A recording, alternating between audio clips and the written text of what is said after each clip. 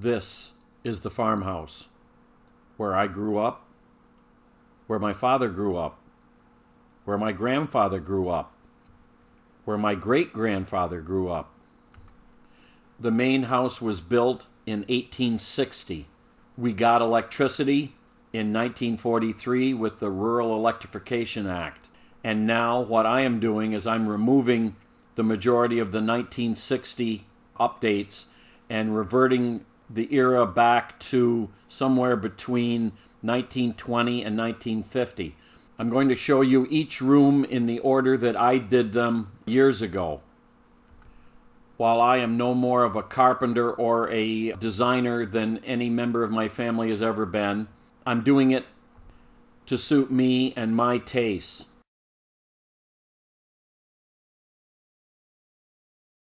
Well, with everything in the bathroom stripped back to the bare walls, I'd say bare studs, except as you've seen, we don't have studs.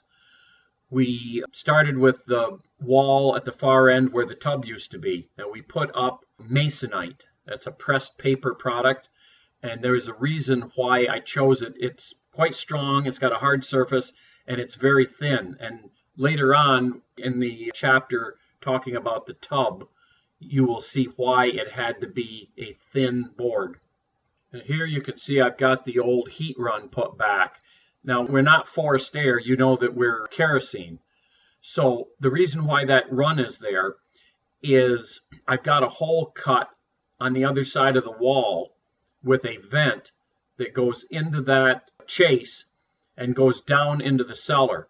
If it ever got so cold down cellar, because there is no heat down there, just the heat from the earth on the bedrock, if it ever got so cold that things were going to freeze, I've got a thermostat switch that will turn on a fan and suck the hot air from the ceiling of the living room down cellar as kind of an emergency heat source. However, we've never had to use it. It's never gotten that cold. What we end up using it for is when we're working down cellar in the wintertime, we dump in the 75, 80 degree air from the ceiling of the living room. And that's what that chase was about.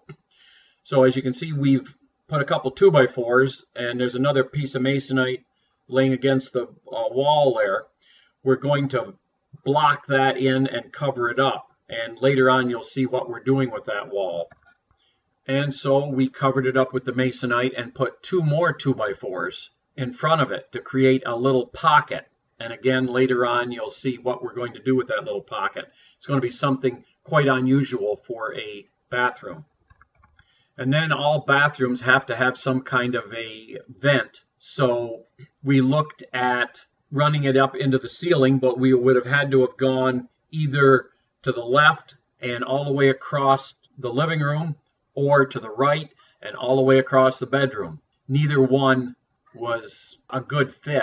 So the easiest way was to just drill a bunch of holes and knock out a big hole. As you can see, we're started right here to put in the fan. And there's our fan. We've got the box made and the fan set in place. It's a little Panasonic 70 CFM unit. And then we pop the outer faceplate on, and that is what it will look like, although eventually we took it off and painted it the color of the wall.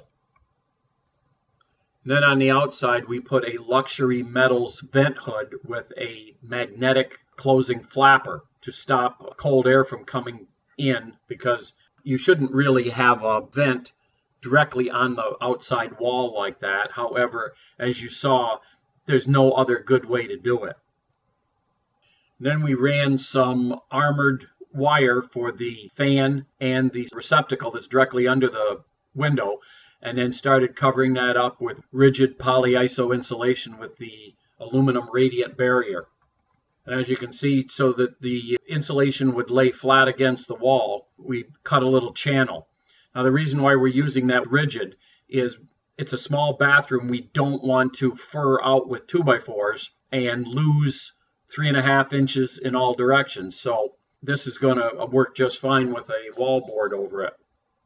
And here is the finished outside wall of the bathroom with 2 inches of the rigid polyiso insulation, which will give us about 96% efficiency.